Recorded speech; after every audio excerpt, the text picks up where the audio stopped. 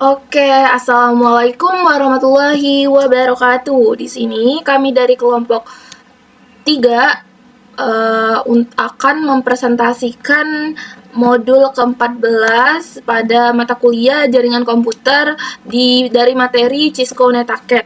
Nah, sebelumnya di sini kami itu beranggota 6 orang. Sebelumnya, izinkan saya untuk memperkenalkan diri dulu. Untuk diri saya, nama saya Naura Miftah Frizkia dengan nomor NPM 25782049. Saya dari kelas 2B. Oke, langsung saja. Saya di modul 14 ini tuh judul materinya itu lapisan transportasi. Langsung saja di bagian pertama itu ada pengiriman data.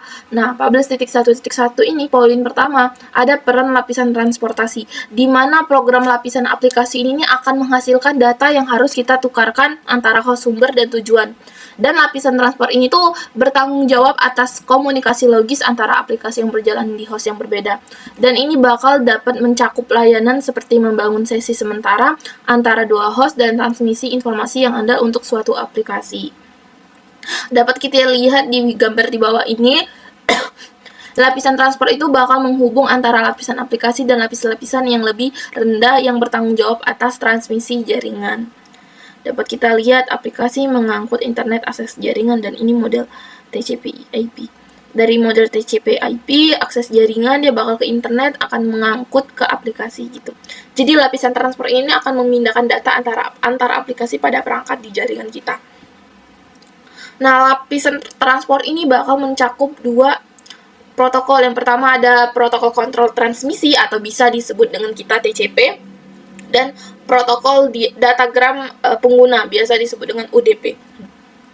Oke, kita lanjut pada poin kedua, ada tanggung jawab lapisan transportasi, di mana lapisan transportasi ini memiliki banyak tanggung jawab. Yang pertama itu melacak percakapan individu. Jadi pada tanggung jawab ini dia tuh melacak percakapan individu tuh, jadi pada lapisan transportasi itu bakal kumpulan data yang mengalir antara aplikasi sumber dan aplikasi tujuan dikenal sebagai percakapan dan dilacak secara terpisah. Dan ini nih merupakan tanggung jawab lapisan transport untuk memelihara dan melacak berbagai percakapan ini. Sebagian besar jaringan itu bakal memiliki batasan jumlah data yang bisa kita masukkan ke dalam satu paket. Maka dari itu, data tuh harus dibagi menjadi bagian-bagian yang mudah dikelola, teman-teman. Dapat kita lihat di gambar ini. Nah ini. Oke, langsung yang kedua ada membagi data menjadi segmen dan menyusun kembali. Dapat kita lihat di sini. Oke, kemudian ada tambahkan informasi header. Jadi kita menambahkan informasi header dari sini. Kemudian ada mengidentifikasi aplikasi. Jadi kita akan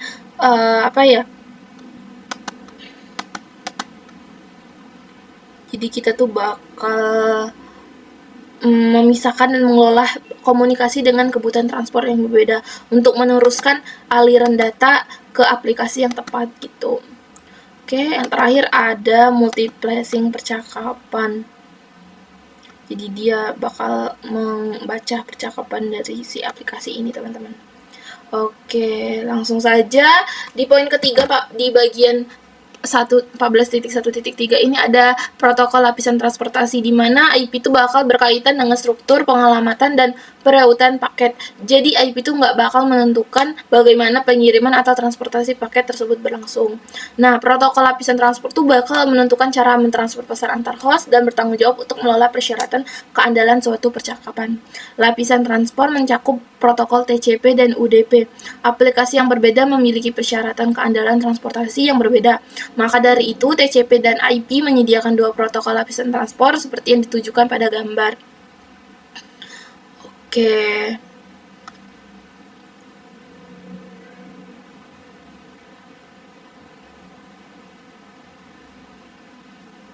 Di sini ada 14.1.4 ini ada protokol kontrol transmisi TCP. Jadi IP itu bakal berkaitan dengan struktur pengalaman dan perautan paket dari pengirim asli ke tujuan akhir. Jadi IP itu nggak bakal bertanggung jawab untuk menjamin pengiriman atau menentukan apakah koneksi antara pengirim dan penerima itu perlu dibuat. Jadi TCP itu dianggap sebagai protokol lapisan transport yang handal dan lengkap yang memastikan bahwa semua data itu sampai ke tujuan. TCP itu bakal mencakup bidang-bidang yang memastikan pengiriman data aplikasi. Bidang-bidang ini diperlukan pemrosesan tambahan oleh host, pengirim, dan penerima.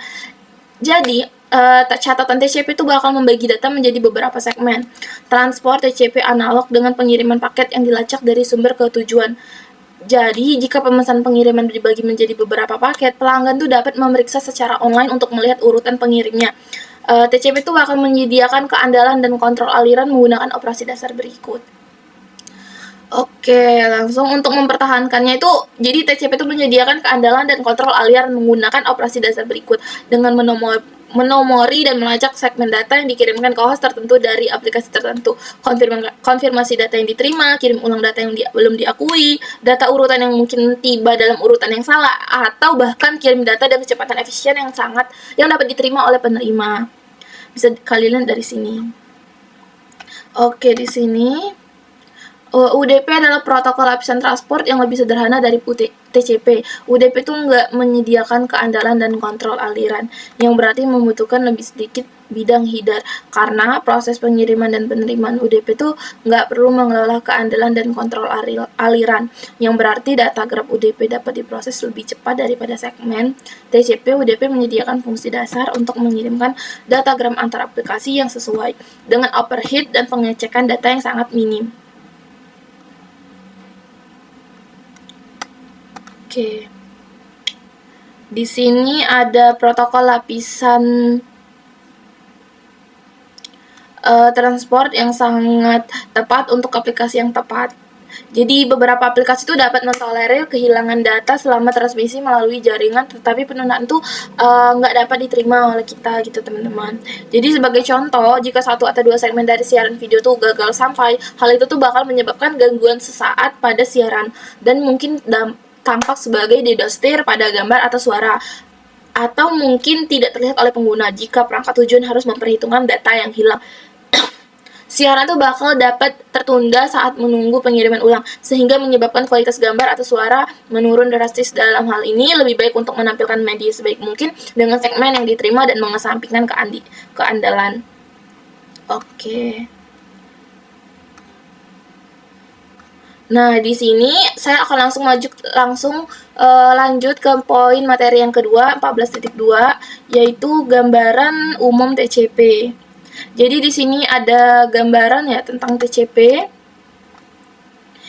Di 14.2.1 itu terdapat fitur TCP. Jadi kalau sebelumnya kita tuh belajar dua protokol lapisan transport, kita di sini bakal lanjut ke apa yang dilakukan TCP dan kapan sebaiknya menggunakan pengganti UDP. Nah, TCP juga tuh fiturnya ada untuk membangun sesi, memastikan pengiriman yang andal, menyediakan pengiriman dengan urutan yang sama, dan yang terakhir mendukung kontrol aliran.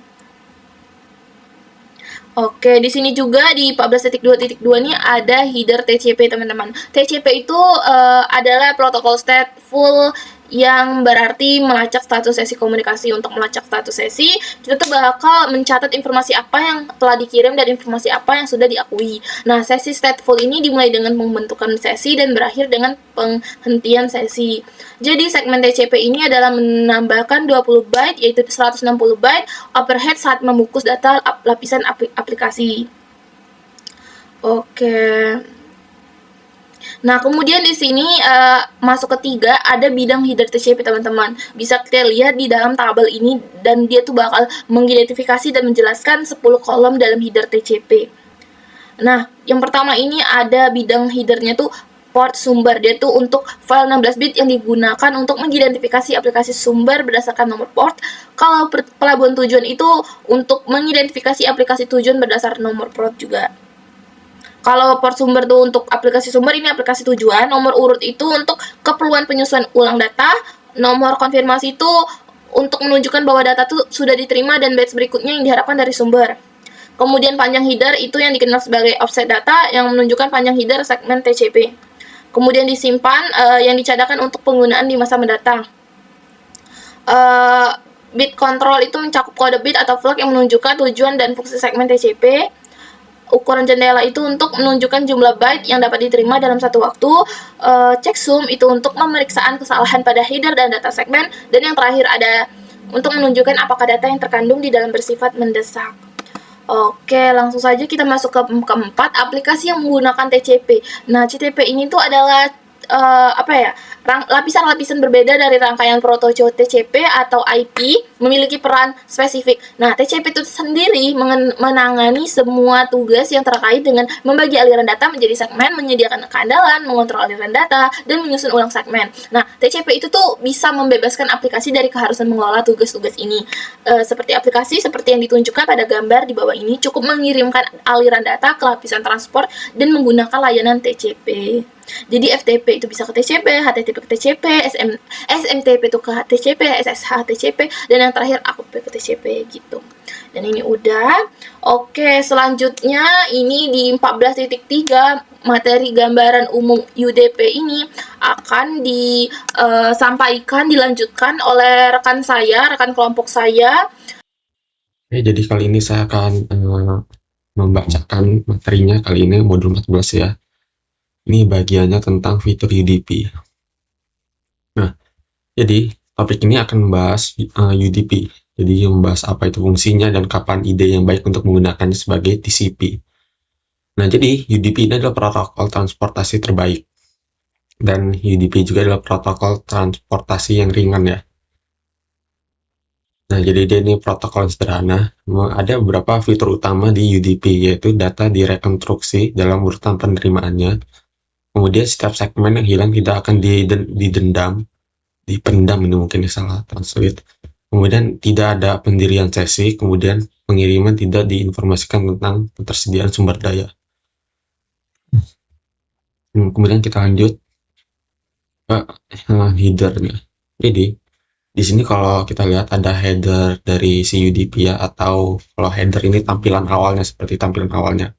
Di sini ada portnya, port sumbernya itu 16. Kemudian jumlah byte-nya di sini dia 8 ya. Di sini ada lapisan aplikasi, ukurannya bervariasi, bisa bermacam-macam ya, untuk UDP. Kemudian di sini ada bidang header UDP-nya. Nah, jadi ini ada beberapa deskripsi ya tentang port sumber. Jadi port sumber itu adalah 16 bit yang digunakan untuk mengidentifikasi aplikasi. Kemudian ada tujuannya ini. Bidangnya juga masih 16 bit, digunakan untuk mengidentifikasi aplikasi tujuan berdasarkan port nomornya.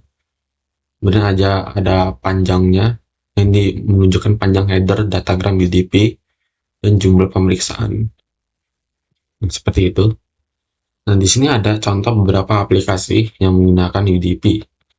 Ada 3 aplikasi yang paling cocok untuk menggunakan UDP, yaitu aplikasi video multimedia langsung. Contohnya termasuk VOD dan video streaming langsung seperti streaming di YouTube atau di Instagram ya, untuk penggunaan aplikasi UDP tersendiri. Dan ada permintaan dan balasan sederhana. Contohnya termasuk di mana transaksi sederhana di mana host mengirim permintaan dan mungkin tidak menerima balasan, masuk DNS dan DHCP. Nah, aplikasi menangani kendalaannya sendiri, komunikasi searah di mana kontrol aliran, deteksi kesalahan, pengakuan dan pemulihan kesalahan tidak diperlukan. Nah, di sini untuk gambar pemetaannya ya, bagaimana UDP itu bekerja dari IP kemudian ke UDP. Nah, UDP ini bisa kemana-mana ya, bisa ke DHCP, DNS, VoLP, konferensi video, FTP. Nah, kemudian di sini ada beberapa pertanyaan ya, yang mungkin bisa isi sendiri saja. Nah, itu untuk penjelasan dari 14.3 tentang UDP. Halo semua, saya Krosela Rahmadewi dengan NPM 257822093 dari kelas TRI 2D. Pada kali ini saya akan menjelaskan pada bagian 14.4 mengenai port numbers. Jadi pada materi ini kita akan membahas tentang port number atau nomor port ya. Jadi nomor port itu digunakan oleh protokol TCP dan UDP untuk membedakan aplikasi atau layanan yang sedang melakukan komunikasi melalui jaringan. Nah, dengan adanya nomor port ini, satu perangkat itu dapat menjalankan beberapa komunikasi secara bersamaan, kayak seperti membuka website, mengirim email, melakukan transfer file, dan mengakses perangkat dari jarak jauh. Nah, yang pertama ada 14.4.1 mengenai multiple multi-rate communication. Jadi di Jadi TCP dan UDP itu kan menggunakan nomor port untuk mengatur beberapa komunikasi yang berjalan secara bersamaan. Nah, di dalam header TCP dan UDP itu terdapat dua jenis nomor port, yaitu ada source port dan destination port. Nah, source port itu adalah nomor port yang digunakan oleh aplikasi pada perangkat pengirim. Nomor ini biasanya dibuat secara otomatis oleh sistem operasi untuk membedakan setiap komunikasi yang dilakukannya. Sedangkan kalau yang destination port ini adalah nomor port yang digunakan untuk menunjukkan layanan yang ingin diakses pada perangkat tujuan. Sebagai contoh itu ketika pengguna membuka sebuah website ya, lalu komputer itu akan membuat source portnya secara otomatis. Nah, kemudian permintaan tersebut akan dikirimkan ke destination port 80 ya, karena port 80 itu digunakan untuk layanan HTTP. Jadi setiap komunikasi biasanya menggunakan source port yang berbeda. Hal ini memungkinkan komputer membuka beberapa halaman website atau menjalankan beberapa aplikasi jaringan secara bersamaan. Nah, nanti sebuah server itu juga dapat menyediakan beberapa layanan sekaligus. Contohnya seperti server itu dapat menyediakan layanan website melalui port 80 dan layanan FTP melalui port 21. Seperti itu. Selanjutnya pada bagian 14.4.2 mengenai socket pairs. Jadi source port itu dan destination port akan dimasukkan ke dalam segmen TCP atau UDP. Setelah itu, segmen itu akan dibungkus ke dalam paket IP yang berisi source IP address dan destination IP address. Nah, gabungan antara IP address dan nomor port itu disebut sebagai si soket. Nah, format penulisan soket adalah IP address. Nah, kemudian diikuti titik 2 ya, dan nomor portnya. Sebagai contoh, soket pada komputer klien itu tuh dapat ditulis sebagai 192.168.1.5 ya, 1.5.2.10.99. Artinya, komputer dengan IP address 192.168.1.5 menggunakan port 1099 sebagai source portnya ya.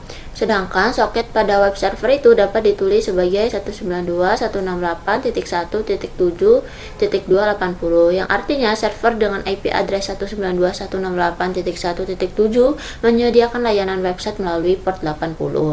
Nah, gabungan antara soket klien dan soket server ini disebut sebagai soket pair ya. Contohnya ada ini 192.168.10.99 dan 192.168.1.7.2.80. Nah, pada contoh di materi ini, komputer kalian juga melakukan koneksi FTP ya, dan berkomunikasi web tetap dapat dibedakan karena menggunakan nomor port yang berbeda. Nah, source port ini juga berfungsi seperti alamat pengembalian. Ketika server mengirimkan respon, transport layer akan melihat nomor port tersebut agar dapat diteruskan kepada aplikasi yang benar. Seperti itu. Kemudian di 14.4.3 mengenai port number groups. Jadi nomor port itu memiliki ukuran 16 bit ya. Oleh karena itu, port itu yang tersedia dimulai dari 0 sampai 65.535. Nah, pembagian dan pengaturan port dilakukan oleh Internet Axi-Net Numbers Authority atau IANA ya, atau AINA. Nah, AINA ini akan membagi nomor port menjadi 3 kelompok, yaitu well-known ports, registered port, dan private and or dynamic port. Nah, kalau yang well-known ports itu memiliki rentang nomor 0 sampai 1023. Nah, port ini digunakan oleh layanan umum yang sudah banyak dikenal seperti website, email, transfer file, dan remote access. Karena nomor portnya sudah ditentukan, aplikasi klien dapat dengan mudah mengetahui layanan yang ingin diakses pada server. Kemudian yang registered ports ini memiliki rentang nomor dari 1024 sampai 49151. Port ini didaftarkan oleh AINA ini oleh sesuatu organisasi atau pengembang untuk digunakan oleh aplikasi tertentu. Biasanya port ini digunakan oleh aplikasi yang dipasang sendiri oleh pengguna dan bukan layanan umum bawaan sistem. Sebagai contoh, nah Cisco ini kan menggunakan port 1812 ya. Nah, untuk proses autentikasi pada server Radius. Nah, yang ketiga ada private and or dynamic ports. Jadi port ini memiliki rentang dari 49.152 sampai 65.535. Port ini juga dikenal sebagai ephemeral ports ya. Nomor port tersebut biasanya diberikan secara otomatis oleh sistem operasi klien ketika klien mulai komunikasi dengan suatu layanan. Nah, dynamic port ini juga digunakan untuk membedakan setiap aplikasi atau komunikasi yang sedang berjalan pada perangkat klien.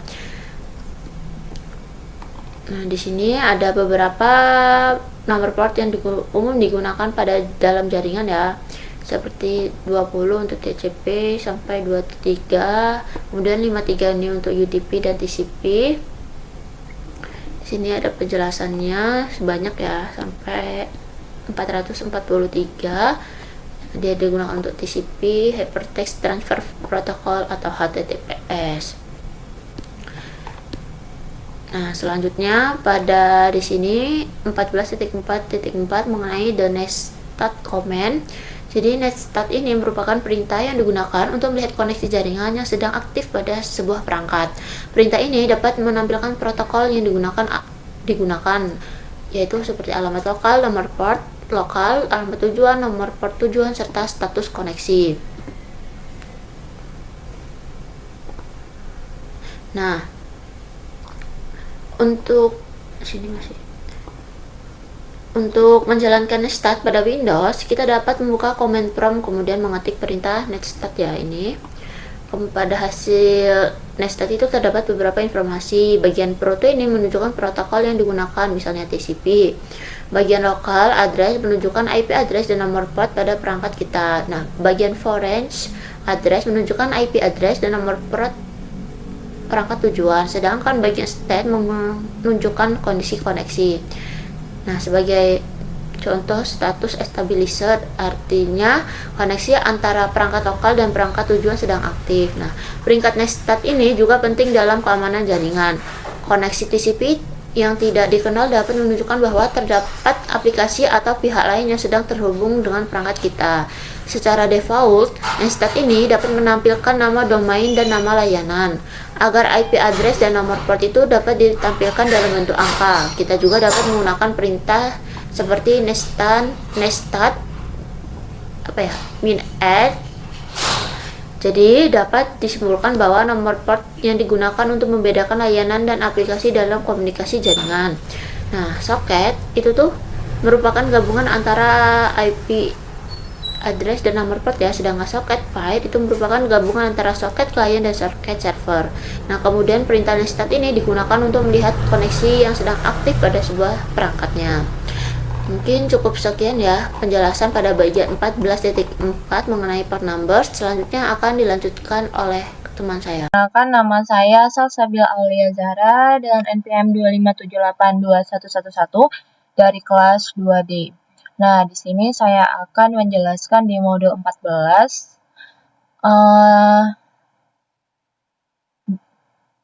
di 14.5 proses komunikasi TPC. Nah, langsung saja 14.5.1 proses server TPC. Bagian ini jadi intinya setiap aplikasi yang jalan di server harus pakai nomor port biar bisa dibedain. Misalnya web server pakai port 80, email server pakai port 25. Satu server nggak boleh punya dua layanan yang pakai port yang sama. Bayangin aja kalau dua aplikasi pakai port 80, nanti datanya bakal kacau. Siapa yang menerima yang mana? Nah, passcode mau minta sesuatu ke server, dia kirim permintaan TPC ke port tujuan yang spesifik.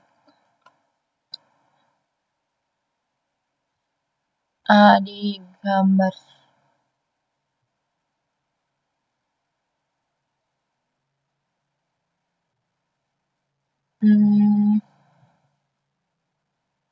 Lalu yang 14.5.2 yaitu pembentukan koneksi TPC.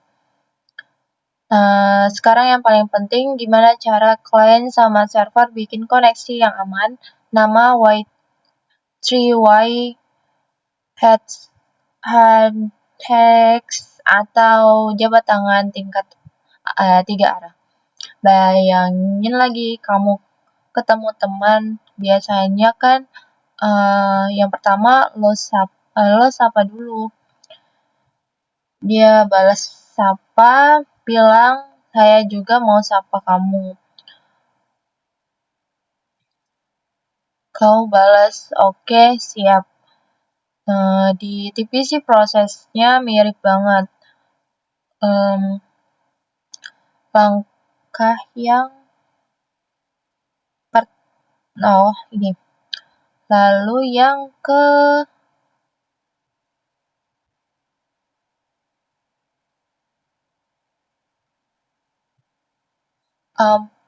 15.5.3 pengakhiran sesi, yaitu kalau di sini harus ada cara buat tutup koneksinya dengan sopan. Namanya 4Y hack.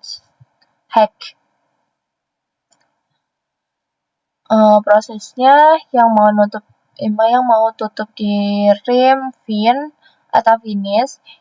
Yang kedua yang nerima balas ACK, yang menerima juga kirim fin sendiri. Yang pertama balas ACK lagi. Jadi total 4 langkah karena TPC full duplex, masing-masing arah harus bilang selesai secara terpisah.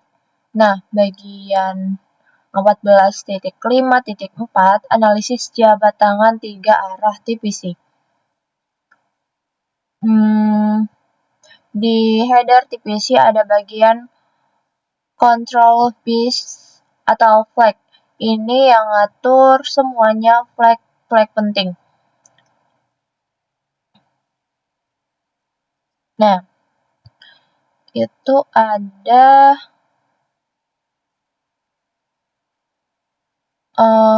URG, yaitu argan pointer, lalu ada ACK, yaitu konfirmasi nerima, ada PSH, itu push data langsung atau urgent, lalu RST, yaitu reset koneksi, biasanya kalau error.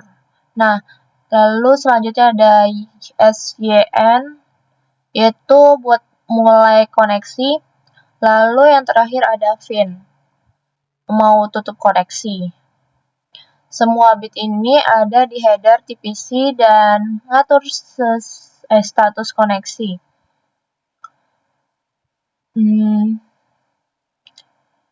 Nah, intinya TPC itu relay karena pakai mekanisme jabat tangan ini. Numbering sampai pengaturan flow control, makanya cocok buat aplikasi yang nggak boleh ada data yang hilang, kayak web, email, file transfer, dan lain-lain. Gitu. Mungkin sekian dari saya penjelasan saya. Halo semuanya, perkenalkan nama saya Kejati Sapita Buruginting dengan NPM 25782042.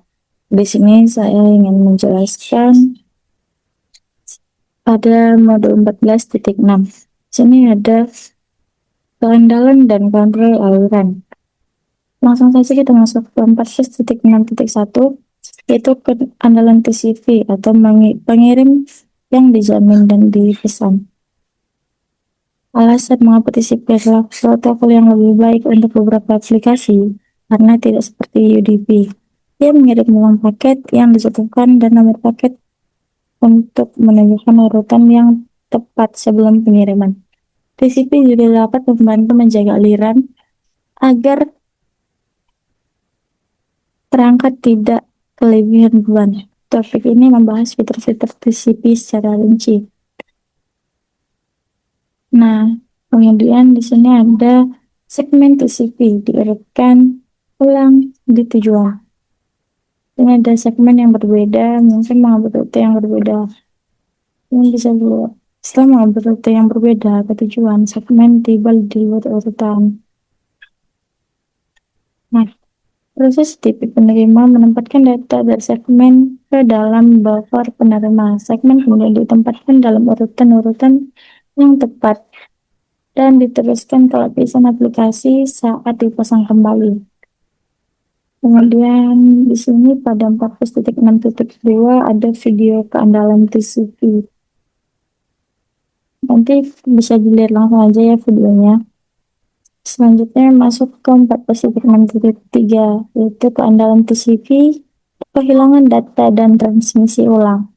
Tidak peduli seberapa banyak desain jaringan, keahlian data terkadang terjadi. TCP menyediakan metode untuk pengelolaan kerugian segmen ini. Di antaranya adalah mekanisme untuk mengirimkan ulang segmen data yang tidak diakui. Nomor urut SEQ dan nomor pengakuan ACK digunakan bersama untuk mengonfirmasi penerimaan bit data yang terkandung dalam segmen yang ditransmisikan. Nomor mengidentifikasi bit data pertama dalam segmen yang ditransmisikan. TCP menggunakan nomor ACK untuk yang dikirim kembali ke sumber untuk menunjukkan bit berikutnya yang diharapkan penerima untuk diterima. Ini disebut pengakuan ekspektasi. Nah, di sini juga ada contoh gambarnya. Kemudian di sini juga ada. Nah, pada 14.6.4 di sini ada video TCP kehilangan data dan transmisi ulang. Selanjutnya kita masuk ke 14.6.5 yaitu kontrol aliran TCP, ukuran jendela dan ucapan terima kasih. TCP juga menyediakan mekanisme untuk kontrol aliran. Kontrol aliran adalah jumlah data yang dapat diterima dan diproses oleh tujuan dengan andal. Kontrol aliran juga membantu menjaga keandalan transmisi TCP dan menyesuaikan laju aliran data sumber dan tujuan untuk sesi tertentu. Untuk mencapai ini, header TCP menyertakan bidang 16 bit yang disebut ukuran jendela. Nah, di sini ada gambar yang menunjukkan contoh ukuran jendela dan ucapan terima kasih. Ini yang saya gambarnya. Nah, selanjutnya kita masuk ke kontrol aliran TCP. Itu ukuran segmen maksimum atau MSS. Pada gambar sumber transmisikan 1460 bit data dalam setiap segmen TCP. Ini biasanya ukuran segmen maksimum MSS yang dapat diterima perangkat tujuan. MSS adalah bagian dari bidang opsi di header TCP yang menentukan jumlah data terbesar dalam bit yang dapat diterima perangkat dalam satu segmen TCP. Ukuran MSS tidak menyertakan header TCP. MSS biasanya disertakan selama jabat tangan 3 arah. Nah, di sini ada contoh gambarnya teman-teman. Selanjutnya ke 14.6.7 kontrol aliran TCP. Menghindari kemacetan. Ketika kemacetan terjadi pada jaringan, itu mengakibatkan paket dibuang ke router yang kelebihan beban. Ketika paket yang berisi segmen TCP tidak mencapai tujuan, paket tersebut tidak diakui dengan menentukan tingkat pengiriman segmen TCP tetapi tidak diakui. Sumber dapat mengasumsikan tingkat kemacetan jaringan tertentu. Nah, di sini kontrol itu saya tidak mendapatkan pengakuan. Saya harapkan dari PCB saya akan mengurangi jumlah bit yang saya kirim sebelum mendapatkan pengakuan. Nah, Di sini ada 14.6.8 pemahaman. Dan ini nanti dikerjakan sendiri-sendiri ya teman-teman. Baik, mungkin segitu saja yang bisa saya jelaskan pada materi modul 14.6 ini. Saya mengucapkan terima kasih. Kenalkan, nama saya De Anggraini dari kelas 2B dengan NPM 2578236. Di sini saya akan melanjutkan materi yang telah dipaparkan oleh rekan saya sebelumnya. Selanjutnya kita masuk ke dalam 14.7 yaitu komunikasi UDP. Untuk 14.7.1 itu ada overhead rendah UDP versus keandalan. Yang dimana UDP itu tuh menyediakan transportasi data overhead rendah karena memiliki header datagram kecil dan tidak ada lalu lintas manajemen jaringan. Contoh gambarnya seperti ini, ada IP pengiriman, kemudian PC. Untuk pengiriman ini ada data, kemudian jaringan, dan diterima. Dan UDP itu tidak membuat koneksi sebelum mengirim data.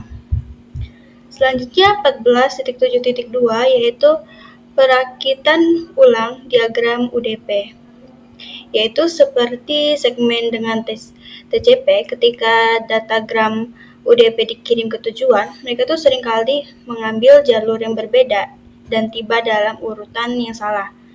Dan UDP tidak melacak nomor urut seperti yang dilakukan TCP.